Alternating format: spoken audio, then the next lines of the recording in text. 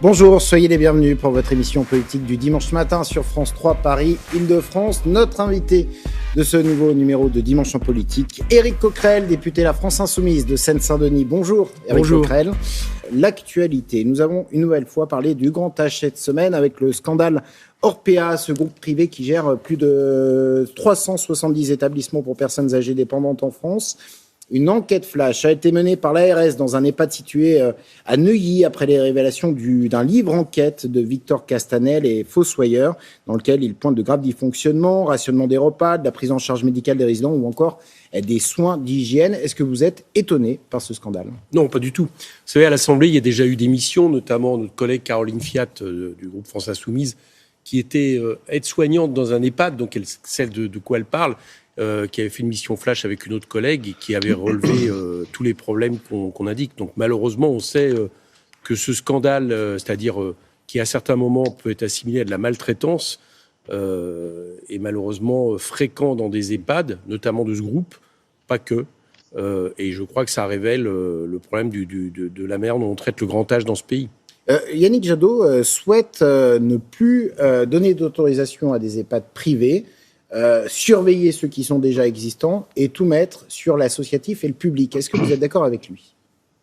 Oui, il est d'accord avec nous en l'occurrence, parce que c'est longtemps qu'on le demande. Moi, je crois qu'il est inconcevable que la question des personnes âgées soit traitée par des entreprises qui font des profits sur cette activité. C'est pas supportable. Pourquoi ? Tout simplement parce que les rentes, la rentabilité de ces entreprises, évidemment, elle se fait sur le dos de ces personnes, avec des soignants qui sont mal payés, du personnel qui sont mal payés, qui sont souvent en situation de précarité, qui sont insuffisants. Rendez-vous compte que, par exemple, dans le livre qui est Les Fossoyeurs, on révèle que vous avez à un moment donné une infirmière de nuit pour 33 personnes. En Allemagne, c'est une personne par personne âgée. Est-ce qu'on peut se passer du privé ? Parce que oui, bien sûr. 45% d'EHPAD publics, 31% d'associatifs et 24% de commerciaux. Ils nous ont permis quand même de combler aussi le retard le manque d'anticipation. Non, on leur a permis de faire de l'argent, c'est autre chose, c'est un autre problème. Non, ils n'ont pas permis de... On a proposé à tout le problème, celui qui a mené une enquête 15 millions d'euros pour se taire. Voilà. Tout le problème depuis 1997, tout ça s'est aggravé, c'est que les EHPAD privés peuvent toucher des aides publiques.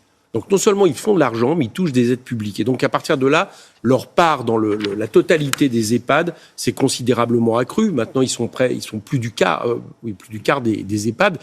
Donc il faut arrêter avec ça. Il faut arrêter avec des EHPAD, des entreprises à but lucratif. Il faut remettre le paquet effectivement sur le public. Nous sommes pour développer un réseau de maisons de retraite publiques. Nous sommes aussi pour développer les aides à domicile.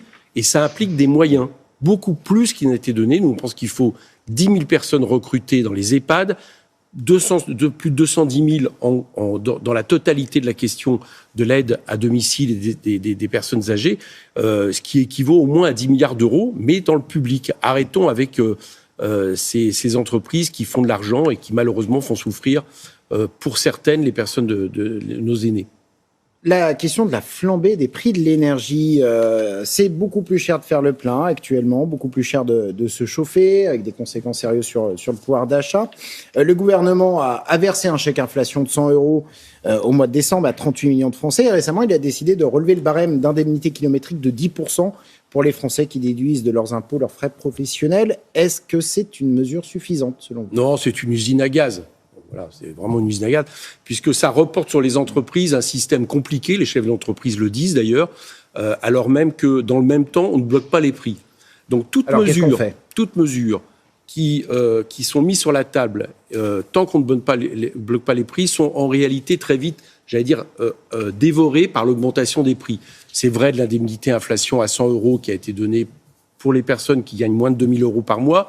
100 euros, ça fait 10 euros par mois. Chacun sait qu'aujourd'hui, le prix de l'essence augmente de manière telle que tout ça ne sert pas à grand-chose au bout d'un moment. Il faut bloquer les prix de l'essence. Il aurait fallu bien avant bloquer les prix du gaz, ne pas attendre qu'ils augmentent de plus de 50% en un an. Ça, c'est la première chose à faire.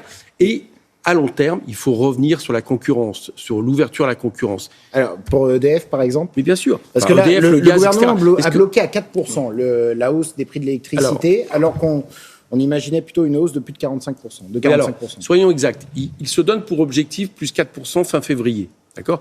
De manière naturelle, s'il n'intervenait pas, on estime que c'est 35 à 40% d'augmentation.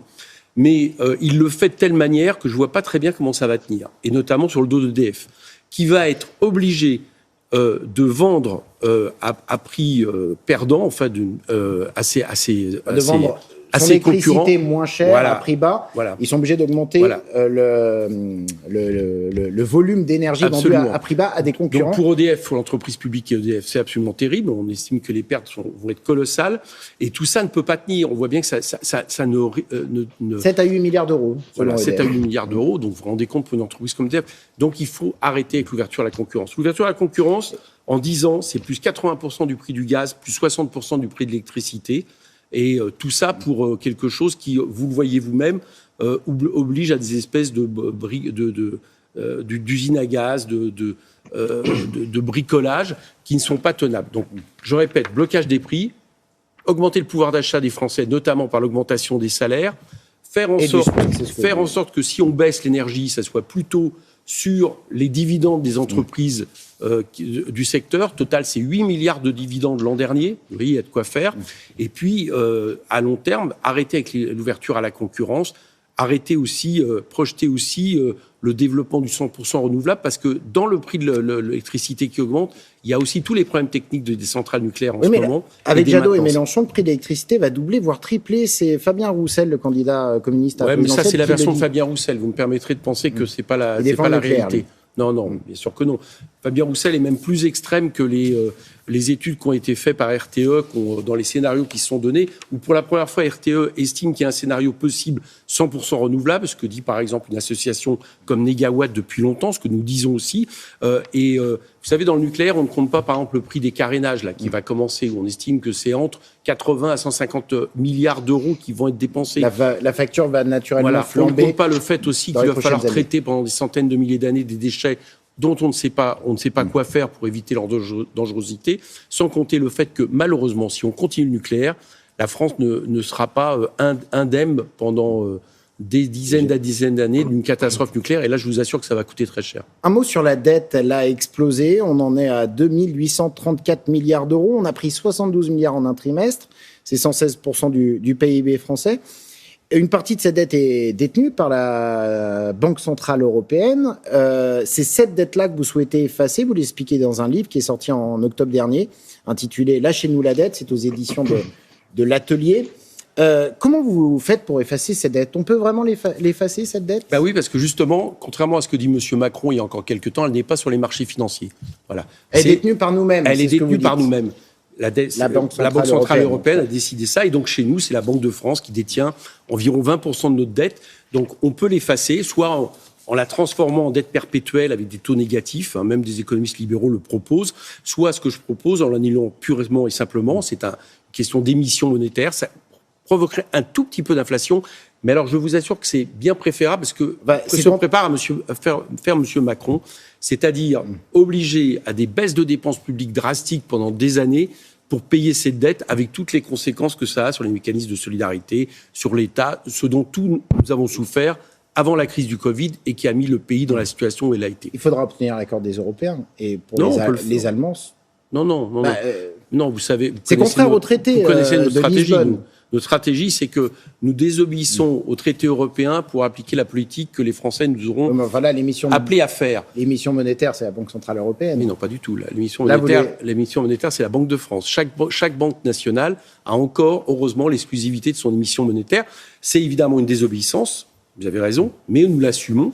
Nous assumons cette désobéissance. Et je peux vous parier une chose, c'est qu'il y a beaucoup de pays européens qui regarderont avec intérêt ce que nous ferons, voire pour modifier les traités dans leur ensemble, puisque la Banque Centrale Européenne, je vous fais remarquer, vient de le faire. Ce n'était pas permis dans les traités, qu'elle prête directement aux États comme elle l'a fait. Donc, vous voyez que c'est possible.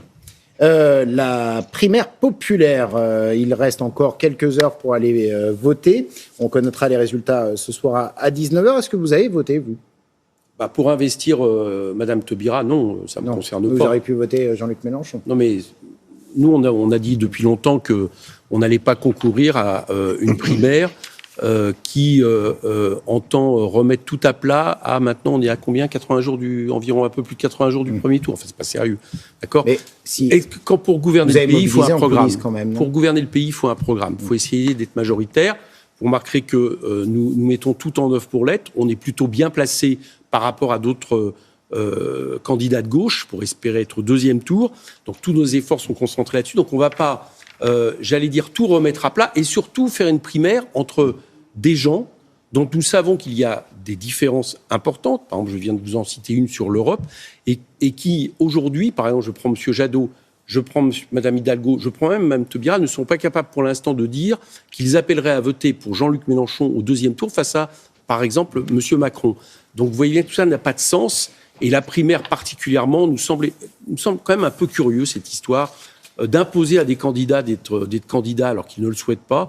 Et tout ça, on le voit bien pour investir Mme Taubira. Et si Mme Taubira est désignée par cette primaire, ça n'est pas fini des espoirs de qualification au second tour pour Jean-Luc Mélenchon. Non, je pense que là, cette histoire va surtout concerner ce que moi j'appelle les héritiers de M. Hollande, alors qu'ils le souhaitent ou pas, mais enfin qui ont été dans le gouvernement de M. Hollande.